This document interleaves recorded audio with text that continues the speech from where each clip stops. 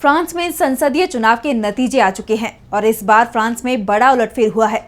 दरअसल पहले दौर में जो पार्टी 1 नंबर पर थी, वो अंतिम दौर के चुनाव में तीसरे नंबर पर पहुंच गई। और सबसे बड़ी बात, एक बार फिर राइट विंग की हार यूरोप के एक और देश में हुई है।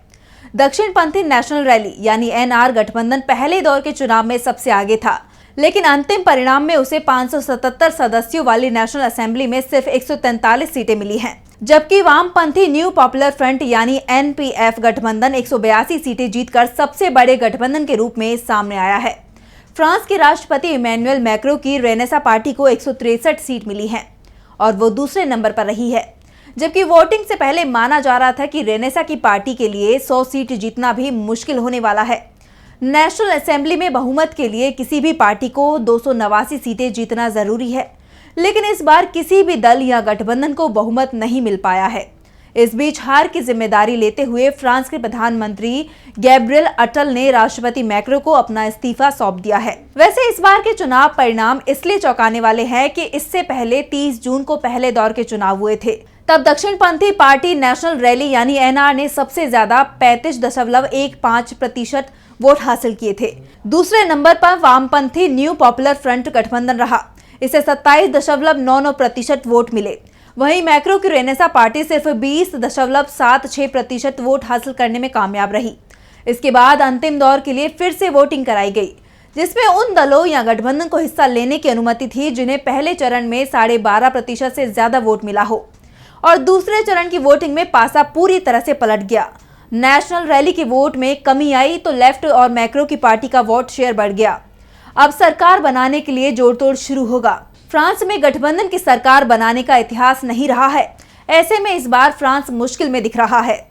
अब बात फ्रांस के चुनाव की करें तो फ्रांस के सदन में भी भारत की तरह 2 सदन हैं। संसद के उच्च सदन को सीनेट और निचले सदन को नेशनल असेंबली कहा जाता है। नेशनल असेंबली के मेंबर को आम जनता, जबकि सीनेट के सदस्य को नेशनल असेंबली के सदस्य और अधिकारी मिलकर चुनते हैं। नेशनल असेंबली में जिस दल को बहुमत मिलता है, उस दल के नेता को राष्ट्रपति सरकार बनाने के लिए बुलाता है और प्रधानमंत्री नियुक्त करते हैं। जहां तक बात राष्ट्रपति की है तो फ्रांस में राष्ट्रपति और नेशनल असेंबली के चुनाव अलग अलग होते हैं। ऐसे में अगर किसी पार्टी के पास संसद में बहुमत नहीं है तो भी राष्ट्रपति चुनाव में उस पार्टी का लीडर जीत हासिल कर सकता है, क्योंकि राष्ट्रपति चुनाव वहां भारत की तरह नहीं होता। राष्ट्रपति को फ्रांस की जनता अपने वोट से चुनती है, इसलिए उसके पास ताकत भी ज्यादा होती है। 2022 के चुनाव में इमैनुअल मैक्रो के साथ भी यही हुआ था। वो राष्ट्रपति पद का चुनाव जीत गए थे, लेकिन नेशनल असेंबली में उनके गठबंधन को बहुमत नहीं मिला था। उनके गठबंधन को 250 सीट मिली थी, लेकिन बहुमत नहीं होने के चलते नेशनल असेंबली में बिल पास कराने में उन्हें बहुत परेशानी का सामना करना पड़ता था। और जब जून में यूरोपीय संसद के चुनाव हुए थे, जिसमें मैक्रो की पार्टी बुरी तरह से हार गई, तो उन्होंने संसद ही भंग कर दी और समय से पहले चुनाव करा लिए। फ्रांस की संसद का कार्यकाल 2027 तक था, लेकिन मैक्रो ने पहले ही चुनाव कराने का फैसला किया। उनकी पार्टी की तरफ से इसे मैक्रो का मास्टर स्ट्रोक बताया गया था, लेकिन ये मैक्रो का दाव उल्टा पड़ गया। मैक्रो ये बात तो पहले ही कह चुके थे कि अगर नेशनल असेंबली के चुनाव में उनकी पार्टी हार भी जाती है तो भी वो राष्ट्रपति पद से इस्तीफा नहीं देंगे, और ये अब होता हुआ भी दिखाई दे रहा है। मैक्रो इस्तीफा नहीं दे रहे हैं। हाँ, नेशनल असेंबली में हार के बाद प्रधानमंत्री गैब्रियल अटल ने जरूर इस्तीफा दे दिया है। एक सवाल ये भी उठता है कि फ्रांस में राष्ट्रपति और प्रधानमंत्री में कौन ज्यादा ताकतवर होता है, भारत के जैसे या फिर अमेरिका के जैसे। भारत के प्रधानमंत्री के पास लगभग पूरी शक्तियां होती हैं, तो अमेरिका में राष्ट्रपति सबसे ज्यादा ताकतवर होता है। लेकिन फ्रांस का मामला इन दोनों से ही अलग है। फ्रांस में 2 स्तरीय शासन व्यवस्था है। सरकार का मुखिया प्रधानमंत्री होता है, वहीं देश का प्रमुख राष्ट्रपति होता है। दोनों के पास अच्छी खासी शक्तियां होती हैं। दोनों के ही चुनाव जनता करती है। ऐसे में शक्तियां भी लगभग बराबर हैं। इसलिए जब फ्रांस में पार्टी से राष्ट्रपति और प्रधानमंत्री होता है तो सरकार चलाने में परेशानी नहीं होती, मगर हालात उल्टे होते हैं तो सरकार चलाना भी मुश्किल हो जाता है। नए चुनाव परिणाम के बाद अब मैक्रो को अपने फैसले को संसद से मंजूरी दिलाने में दिक्कत आएगी। वैसे इस बार तो किसी भी पार्टी या गठबंधन के पास संसद में बहुमत नहीं है।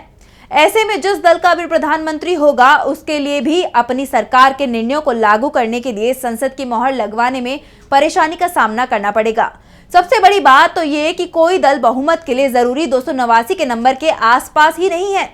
मुश्किल ये भी है कि फ्रांस के संविधान के अनुसार 1 वर्ष तक नया संसदीय चुनाव भी नहीं हो सकता।